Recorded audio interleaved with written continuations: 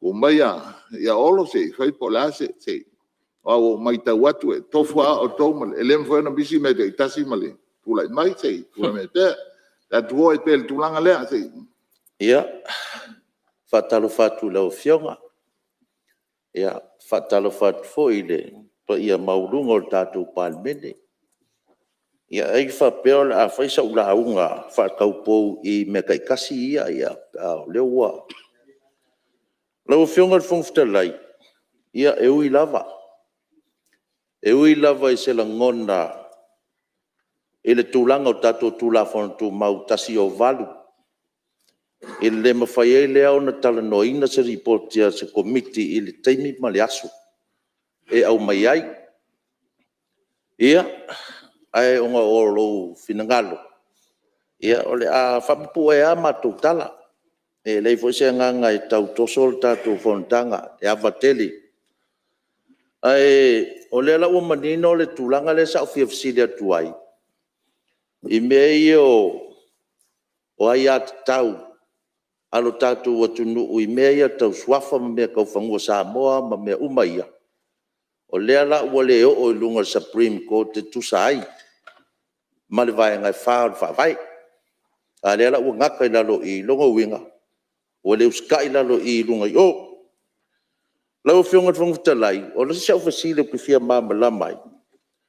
o fea le whaavai ai le communal rights le lalo le tulafono whaavai le tulafono le ua whanua masuafa po o ngā fea o le whaavai o loo whaatonu mai ai e au o na iai ni communal rights I te tono tatu atinu o le fsiringa ma le whaalualu ia Lau fionga fongfitalai se mo se le mole ole e se me fi fa sa o ia se tu le ia ole mele fi fa sa tai mota o mana o mia sa no il tato tu la fono to fa fi tu la fono ma ele ia ve o committee le la o fo mai le poti o committee le o ta otto le tato fontanga le o fanga solo le voi ko akako kusa umar kai min ka ko kilo I pokinga o le o sa no au bil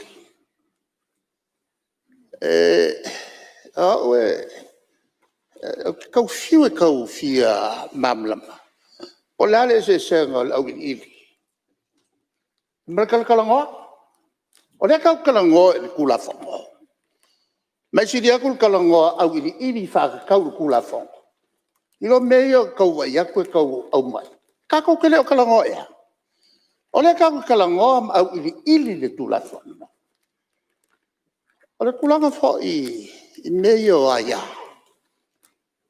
el wakul kula fongo tua oi a fai al kula fongo le o lo que pasi el parlement e lo que ile court I le va al tulanga na vai aku kula fongo nge e fa ton tono tuenga luenga al fa mslonga o tula o sol tula fono ma fa mslonga fono mswafa fango fie alinga ya ka ofisiri po fea ai fa pe fea o I tula fono e passia quel mokale e lo ko kwa o le me kango elesi fa mslonga ma le me kango elesi fa mslonga alo atai fionga fongfitalai se mo se no fa le mole tai fa ila tu le tulanga le wa mai tawina mo fa penana longoina no foro tau ese va fetena I suyo le parmene ono le tulanga ine so in malu ya fa wina we ne fa befoi suyo o le vai maunga ya el manatua o fa tonuina ni esu ya tu nal tu ale foine le no fole suyo o taulanga sifo ina ia so longa le tatu nga lenga lenga ole e foi e ia tulanga ti o mei de kaunga di mai tu lo fa fonga Samoa ya Samoa fa fonga mai le mele utupu le parlement ya le o ke ia o va fo nga va le si malesi ia e ka wai se ka ko fai de me po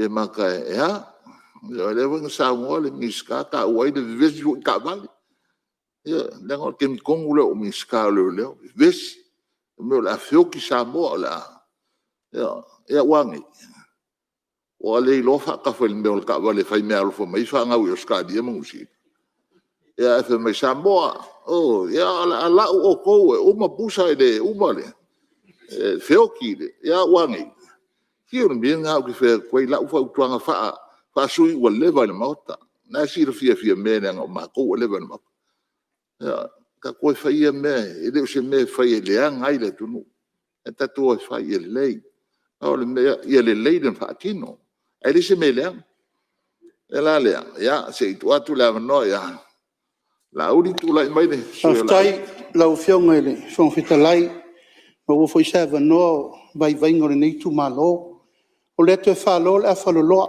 o le ua ma vai atu vasa o tātou si ngata ulanga i le tu o le tai au, tātou whawhilo i foi le mota, i le nei vai ngole aso. Whaaftai lau fionga le minsta, mo le tulenga man sauna ngal tu la whano.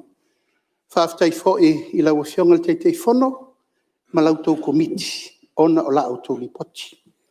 Paua leo na yatu ngalunga la ufionga fonfitalai le sa tau pipi ama tua il teimu sola ona o tu la fono o le fatu a lua tolu i tu lana o yeyo mata tu lou le fafonga le tunu o le fatu a tava ai le ngā luenga na fau wao fau po al komiti mal te fono ua ono fitu masina o ngā lulue ma mai ele la to lipoti le mota au mai tau le tulang fa tope le tau fa tele va velo ma fa fa e se lau mon tupu teu tengo e lo ia ni te ua sasi la vai ai no tulang fa tele o le fa ya tu ai so la ngona la wa fio mal fong talai o le e familia tu fo il matu tutu la la ya tu au ato paulo se matu wa vano e maua e fe siringi ai mata upu ia ua sauno ia ile tai fono malan komiti o le tō whāle a Samoa. Lewa a meil tu la fono nei.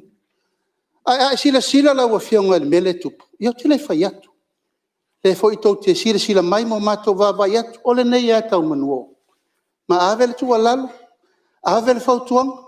Ave me umel tūlanga. Ina ia ta atia. Ile anga tonu le mta upu le nei. Le fo o tau sila i lo fiso fam sinong. Sila i fina ngalo le auloia. Sila i fina ngalo a fala popotonga al malo o fatasi ia matulanga le malo te mokalasi lo tatu fai paangai le nganga na la wa fionga fong fetala ia tasi ia fo o fea ia la suru ia yo matu manatu o le nei sa ai o yatu ise taimi e ma fai ai na laudi liu ia te nei malo usus fono le se lau mo tupu te tema nei o la fa fea na fa tele ai fa penei e le se poto le se vavi na te mawhai o na lauri liu le nei li poti mafia fia pese tuspai. Ia, o na tau mawhai atu se langon. Ia le fato atasi le aienga e lau mato tula i atu ia ai pangale o le fa pema e poloka atu. E leo le anganga na lau a fionga le fongfita lai. O le anganga fa malama. Malangona fina ngalo e le o langona leo. Fongfita lai. Ia mbal falo. O le fia tali ai le. Ia lava le sui la uli sei. Tu atu lava no le te fono komiti. O le fia tali lava le saunoanga le. Le sui mamalu, ngai fo maunga numero 12. Sa loa te linte te unga e le taiteino o se la muntu. A tu tanga e le fa vai pena le tonu e te unga na ai. A o tatu soni nga tu la fono fo pena le tonu wa. Pa wana te unga le lifa pa isina fio lolo. Te unga tatu fa masino nga fenoma swa e la nga le fa to ata amata. Mena leina o le umi fo e ta o mai o ta tu ripoti lo fionga fo fetalai e loa ina le mamafo le ngā ya matou ia awane i matou tango fa tumtumu lima iai avatu o mai ia tasi se matou langona se mele le i tula fono nei o le nganga na la fionga fo fetalai ia mafai ona ato tula fono awale tatu watunu ia ai me se fo o fenga luenga o la to fatinuina Tai, oi fa me Alo, mole lo fionga tai. fon fetalai, me lia la valo finanga. Langa leta atia le fasilia olo. Le fa apea mai. Fe tono tu la fono le olo ia ile communal rights. Moni lau saunanga si malu mai salenga. Ele o si pela ina te tono tu la fono. Ai sea. Tofu lava le nuu malana tu malanganga. A lea wei te tonu o lea wanoa lea wa maua le tatou whamasinonga whanua masuafa. O ina lea la afa lau tele le tu malanga nua Samoa. E tusa mal whaasino manga. O lea tu nuu i lea fioanga ma lea fioanga. Yala na whengata ona si pela te tonu. Whawhea ngai ma le individual right. A wa ole a yala vai a tangata. E mawhai ona whaan tūlafono ina. A wa te tusa uma o tatou wa ia wha tangata. Soifua mai ai. A ole a yala whaatu ma lea nganu. Ia, nao to te sira fia. Tofu lava lea fioanga. Malana anga i whanua. Malanga tū malana anga. Mea la lea. O lea ui, maua lea wanota ui tono tatou tūlafono o whanua masuafa. Oi nā o le atu lai mai ai, wha mau te ai le tūma lea nganu o Samoa whaafitai. Tai. Ia. Lau fionga le fong fitalai o la ta avangoa udi ili e lua. Ia, Finagalo te. lau fionga. Au mai le Nei lua le whaftai sui. tele lava. Tei tele lava i le fionga i le tei fono ma malo komiti o le ua manino nei. E le o ngatasi tu la fono lea ma le whawai. O le fo ua sau noa manino le fionga le tei fono. E le o iai tu tono le whawai. Ona e le o ama i kele. Alala le menga whai ai. Ai sea nga Ua. vatu e communal rights e Lau e whionga o le wrong kofu magaka ma Wa rights. o so ni atu. E manatu. Se a ngai finangalo, a ngai a o finangalo wa e whapena o te tusi au. Au nei whangaina i le tui e tūlanga o sāndanga wa e. E whapena ho na le tali no fie i le sui fono. Wa o le tusa al tali al tei fono. Ma le tali al malo, o le tali al tei fono, o le tali fo i le al malo. O le tali muli na e whaamano le mai se mea o la tau te unga. Me la le o te whaamalo lua tu sui. Ia o tasi fo i se sui e whaapena o na fisiri i aile. Ia fisiri fo i ai me umalawa i le tātou fontanga le nei. E la lea ia whaapena fo i Lau la whionga le ui. fong fitalai. Kei tūlai mai le ni pārmia. E whai atasi whaasonga lea le whaipule lea. Hai kalango communal rights, wa kalango i ali ma whaipule. E le whailewe ngai ka ngangu. E kere o mawhau o le ka ua kua li ma whaipule. O ka ngā kai sili aku ko kas. Ia, alele mamrama sui ale o ka ua ia. Ia. Lau fionga o te māmalama le lei. Ia.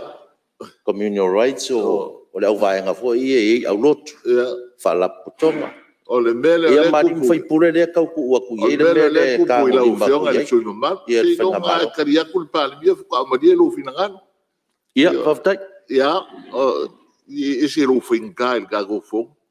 Ia, ale siri po la fa mania le teunga o e finangalo e sa no mai le yoe. Au e sai le ai, ia o man malo le yoe. Siri po la avele le fa upo e lua pe on teuinga. O vaenga le tula fono